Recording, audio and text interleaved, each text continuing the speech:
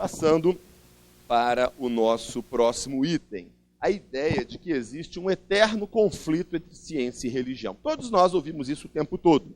Ouvimos a ideia, por exemplo, de que na Idade Média é a Idade das Trevas. Todos nós já ouvimos isso. E hoje em dia não há nenhum medievalista sério que acredite nessa história que a Idade Média é a Idade das Trevas. E ensinam para a gente que a Idade Média era tão assim limitada, eles eram tão tapados, que a igreja ensinava que a Terra era plana. Não ensinaram isso para a gente na escola? Que a igreja proibiu de secar cadáveres, etc. Hoje em dia a gente sabe que essa ideia de que se acreditava que a Terra era plana na Idade Média foi um mito criado no século XIX. Desde a Grécia Antiga já sabia que a Terra era redonda. Isso não é um fato. A ideia de que a igreja proibiu de secção de cadáver, isso também não há evidências históricas adequadas a este respeito. Pelo contrário, a Idade Média foi uma idade bastante efervescente de uma série de questões.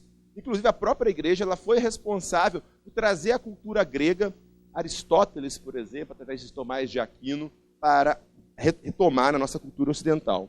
As próprias universidades, que foi até então o maior empreendimento, até então já feito na humanidade, para disseminar uma erudição, um estudo acadêmico mais sério. As universidades foram fundadas basicamente por organizações religiosas, a de Paris, a de Oxford, as universidades do mundo, surgiram na Idade Média a partir de iniciativas religiosas.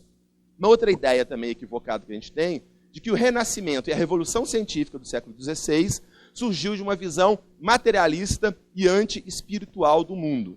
Na realidade, tanto no Renascimento quanto na ciência moderna, os revolucionários da ciência moderna tinham uma visão espiritual do homem e da natureza. Francis Bacon, Kepler, Copérnico, Newton, Robert Boyle, Descartes, todos eles tinham uma visão fortemente espiritual do ser humano.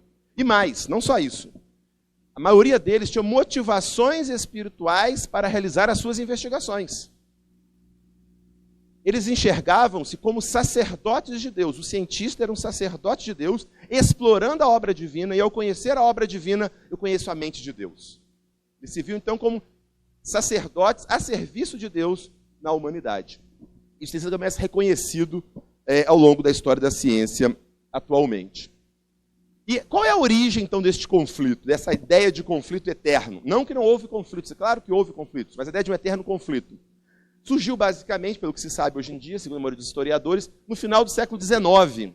Dois autores, John Draper e Andrew Dickson White, no final do século XIX, publicaram livros que foram muito famosos na época, a história do conflito entre ciência e religião. E esses livros criaram mitos como o da Terra plana, por exemplo, na Idade Média, como, por exemplo, de que Giordano Bruno foi morto pela Inquisição porque defendia a ideia de Copérnico, o que também não é verdade. E eram livros que eram muito mais propaganda do que história. Mas foram livros que foram grandes best-sellers, traduzidos para o mundo inteiro e geraram uma nova compreensão.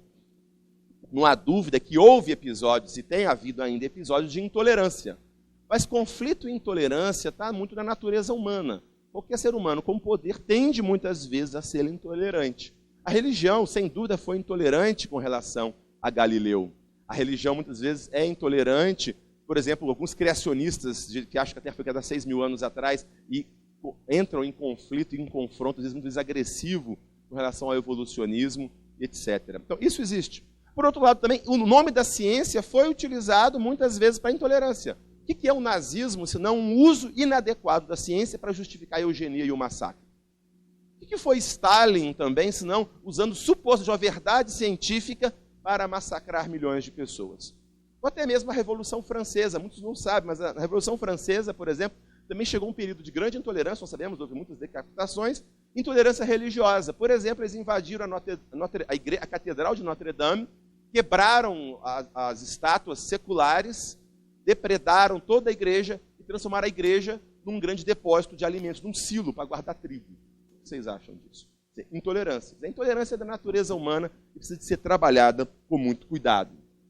Com base nisso, não está dando para ver bem, mas este é um livro chamado Galileu Goes to Jail. Galileu vai para a prisão e outros mitos entre ciência e religião. É um livro que foi publicado por um dos principais autores no mundo hoje em dia em história da ciência e ciência e religião, Ronald Numbers. Publicou esse livro pela Universidade de Harvard em 2009. E ele revisa 25 mitos sobre o conflito ciência e religião, segundo os dados históricos de melhor qualidade mais recentes. Alguns deles eu já acabei de apresentar para vocês. E as conclusões dele são o seguinte. Logo no prefácio ele diz: O maior mito da história da ciência e religião afirma que eles têm permanecido em estado de permanente conflito. Esse é o principal mito. E outro dado que me surpreendeu é o seguinte: nenhum cientista, até onde eu sei, perdeu a sua vida devido às suas visões científicas. E tivemos a honra de ter o professor Ronald Numbers aqui na Universidade Federal de Juiz de Fora 2 anos atrás. Ele fez conferências, e tem um vídeo dele que está disponível na TV UFJF, e saiu na revista A3. E tem um artigo dele também disponível em português. Nós também tivemos aqui na universidade este indivíduo, Andrew Pinsent. Ele é físico, ele trabalhou no CERN, aquele laboratório europeu, publicou muito lá. Depois ele virou padre, e atualmente ele é pesquisador na Universidade de Oxford, além de padre, na área de ciência e religião. E uma vez perguntaram para ele o seguinte: mas como é que você pode ser padre físico, acreditar no Big Bang, ser padre? Não, porque é muito simples. Porque a teoria do Big Bang foi criada por um físico que era padre, Georges Lemaitre. Nós não sabemos também sobre isso, e essa entrevista vale muito a pena ser discutida.